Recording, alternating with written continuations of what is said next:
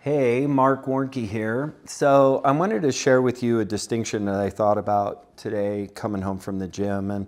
And for those of you that don't know, Tricia and I have been together almost 5 years now, and we announced our wedding date. And I've been thinking a lot about that lately, and we've been doing some heavy-duty couple work. Couplehood is such a beautiful thing, and it has the ability, when two people are together in a really whole way, and then they have a union of commitment and a foundation in something greater than themselves, and having a commitment to God in that sacred form of like a covenant, a promise, a contract with one another to stay with one another through thick and thin. And what ends up happening is that couplehood then is enhancing because we end up being reflective to one another, meaning I want to coexist with somebody in a deep way, and I've made a promise to something greater than myself in the use of the word covenant. And a covenant is a deep promise made through God.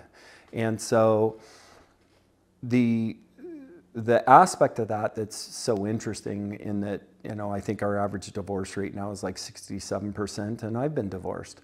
The reality is that these deep promises that we make are so difficult to follow through with because of mostly the small things that build up over time.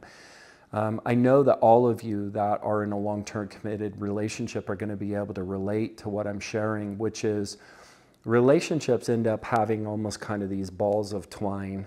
And it's like, when you're in the early stages and everybody's super excited, you're full of love, you're full of empathy, understanding, and you can see your person in a way that can see past and isn't as triggered by the lineage of life together, the history that you have together. And when you begin to form these neural pathways of these triggering responses when we're triggered, and our monkey brain takes over. So just a basic kind of biochemistry of how the brain works. Frontal and parietal are the human parts of your brain, the one that makes the decision.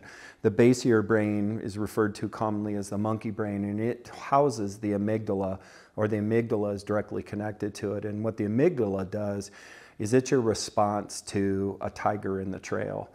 It is your fight or flight mechanism that dumps all kinds of chemicals into your brain that shut down the frontal and the parietal, and then you're making decisions out of the monkey brain, which only have two choices, fight or flight. And unfortunately, what ends up happening when we get triggered in couplehood is that when we get out of an uncomfortable situation and that trigger mechanism gets us out of danger, that then becomes a neural pathway that's very difficult to divert off of. And we stack that up, and that's where it becomes that ball of twine. That ball of twine ends up being the first wrap is, wow, okay, that didn't do well. He is super mad at me. I am super mad at him. And now we have separation. And that separation is a separation from the perceived danger. And what ends up happening is those triggering mechanisms make it so difficult to dive deep into those particular conversations that we end up responding in a similar way, and we just keep making another wrap on the ball of twine.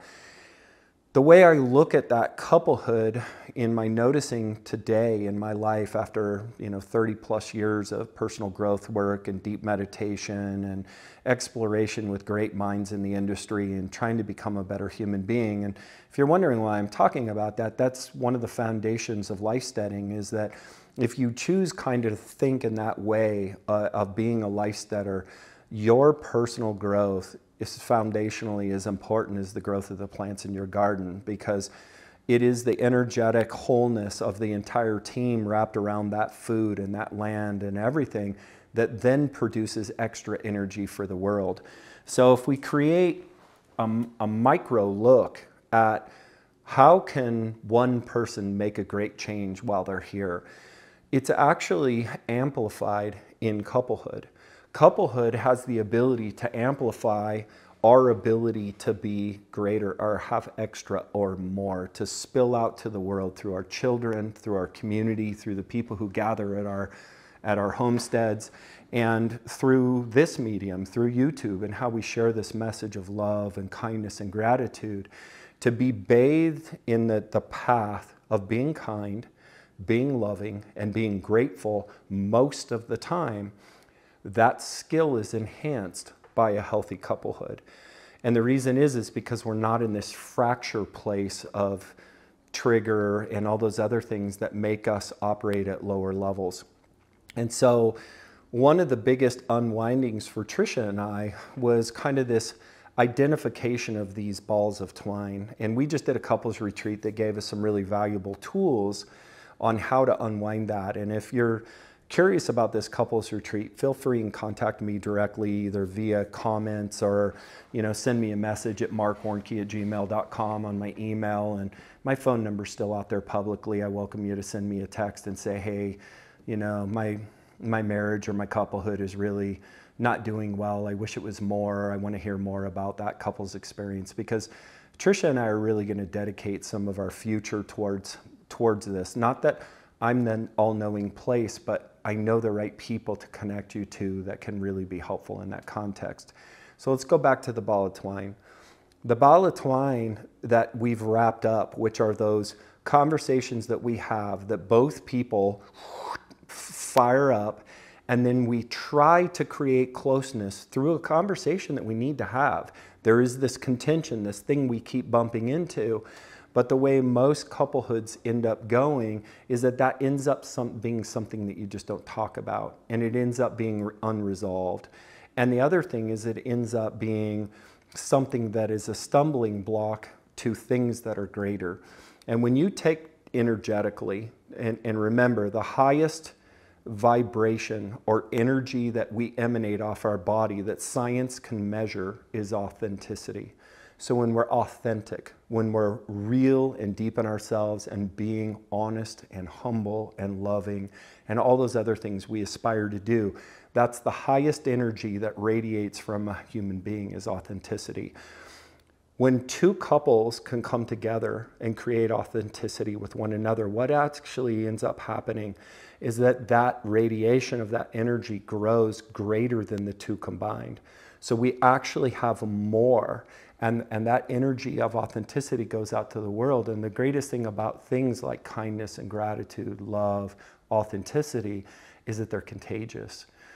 So what that shows me is that it ends up being spilling to the people around us. And so if you're a human being, it aspires to be more, to do more, to leave a greater mark while you're on the planet, not for recognition, but because of your human duty to better this place in your individual way. One of the strongest ways you can do that is through a tightly bond, healthy couplehood, and unwinding those balls of twine with courage and humility and honesty. But the key is detaching from that amygdala. And so one of the tools that we've been using of recent, and so the second I feel myself getting triggered, I say, Trisha, I'm feeling triggered. And I can tell right now I'm not as available to this conversation. And what I want to remember is that it's my goal to be kind and to create closeness and to be loving with you, and to also know that I'm deeply grateful for you in our couplehood. And just that statement de-escalates the situation enough. Sometimes if I'm triggered enough and I've let it go too long, I actually will ask for a few minutes to go. And what I do is I do a breath exercise that helps me move the energy of anxiety out of me, and I invite the energy of love and kindness and gratitude into me. So I'm re-rooted in myself. I'm back in the frontal and the parietal zone. My amygdala is not fired up saying there's a tiger in the trail, and I can be present. Now, one of the disconnects with Trisha and I has consistently been, she's one of those people that needs more time for that. And I'm one who wants things resolved right now.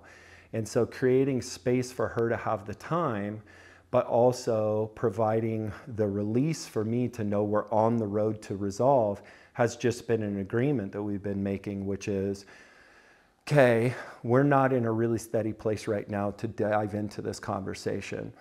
I'm only going to need a few minutes, but you may need a little bit more. How much time do you need before we can revisit this? And then we have an agreed upon time to revisit this. And we also agree on doing the work that it takes to revisit it from a place of kindness, love, gratitude, embodiment, all those different things, so we can lean into that conversation. And what consistently remains the goal is not necessarily the resolve of the conversation or the resolve of being right or wrong or who is right or wrong, but the resolve is to create closeness. And as long as our foundational goal is to create closeness, the solution to the problem ends up showing itself, which usually ends up being things like just accepting that that's part of who they are, and how am I going to have to accommodate around that part of who you are in your authentic self. And I find that it's really interesting that the resolve to most of our struggles has been a reminder that, number one, what we're talking about right now is not that important, but the connection that we're trying to achieve is all important. So let's put those in priority. How important is it that I'm right, that you do what I'm asking you to do, versus having the connection with you that can then operate from that platform and be grateful for your natural self and be able to find a place of gratitude for that. That's where connection lies. That's where resolve lies. It's not necessarily ever being in the position where they're responding to your request, right? It's been really interesting to reframe that for us, because we've been able to come into resolve and closeness, and it looks different than I anticipated. But when I have that platform to go into that situation, resolve shows itself, and God's hand is involved in the process. When I'm in monkey brain, there's no room for God, there's no room for love or kindness or any of those sorts of things. I have to get back to my centered self that's no longer triggered, to be present for all those beautiful things to be intermixed in that conversation. So, I always feel a little uncomfortable sharing these things with you because, you know, who am I? I'm just a guy who's in process, who has really worked hard to be a good human being. And I listen to other great minds and other great people, and I parrot those back. And I also experiment and spend time and energy to do it. So my only hope is that maybe this is helpful to somebody to reframe how they think about connection with their spouse. And I do want to express to you that none of this has come easy. It's come from spending time, money, and energy learning from other people who know more than I do to give me better tools to be a good human being. So, you know, if you want to kind of connect to some of those people, I certainly can help you to connect to some of those people. And because our goal out here is to help humanity in our little way. So I hope you find that helpful. Remember, I'm Marc Warnke, the Goat Guy. We teach people about homesteading. We teach people about goats as our primary form of expertise. But we've also built Ripple Ranch, and if you want to find that, that's at rippleranchidaho.com, into a retreat center where people come, and we have women's groups and men's groups and couples groups that come here to meet and have a goal to become better human beings. And so if things like that are of interest to you, or you're a facilitator who's doing that work, we have a beautiful place here to come do that work. So I hope you find that helpful. Marc Warnke, the Goat Guy, signing out.